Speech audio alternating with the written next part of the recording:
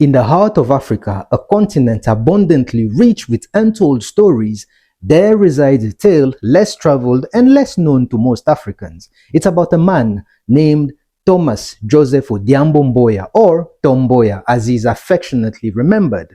The man was a Kenyan trade unionist, a Pan-Africanist, and independence activist. Mr. Mboya's contribution to Africa's narratives are as vast as the savannas, but not as widely known, unless, of course, you are Kenyan. You see, the 1960s witnessed Africa's lush potential being trimmed by the barbershops of imperialism, and Mr. Mboya was at the forefront, determinedly shaping the continent's destiny. At age 27, Mr. Tom Mboya was already making legislative strides, and by 28, he was appointed by Kwame Nkrumah as the chairman of the All African People Conference in Accra, Ghana. But understand this, his role in cultivating the trade union movement across Africa was as pivotal as the continent equator line, effectively serving as Africa's voice to the International Confederation of Free Trade Union, ICFTU. Now, at age 29, he stood shoulder to shoulder with Martin Luther King Jr. at a civil rights rally in Washington, D.C. And in the same year, he ingeniously crafted the first All-Africa ICFTU labor organization. Mr. Mboya's foresight was as sharp as a lion's gaze.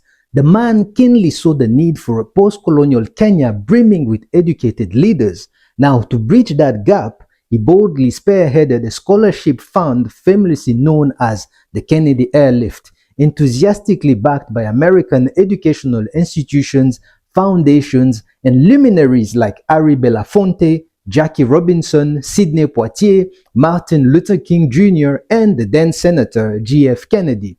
You see, these powerful initiatives successfully propelled hundreds of students, including Barack Obama's father, the Nobel Prize winner Wangari Maathai, and the esteemed Professor Leah Marangu to study in the US and Canada and eagerly returned to sow the seed of progress in Kenya. Now, the story goes that the United Kingdom that once colonized Kenya frowned upon this transatlantic camaraderie.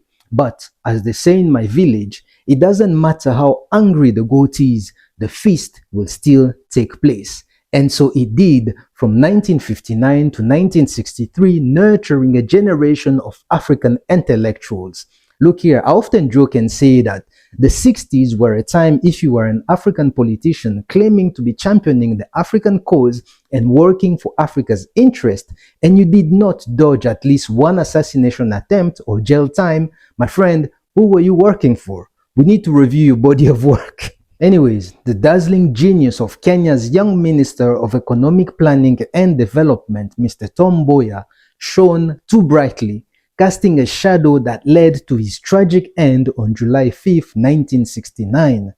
The national treasure was alone and unguarded, shot in the chest outside of a pharmacy in the heart of Nairobi city. A bullet instead of a cure. His light extinguished too soon. And the quest for the truth behind his assassination continues, stirring up more questions than answers.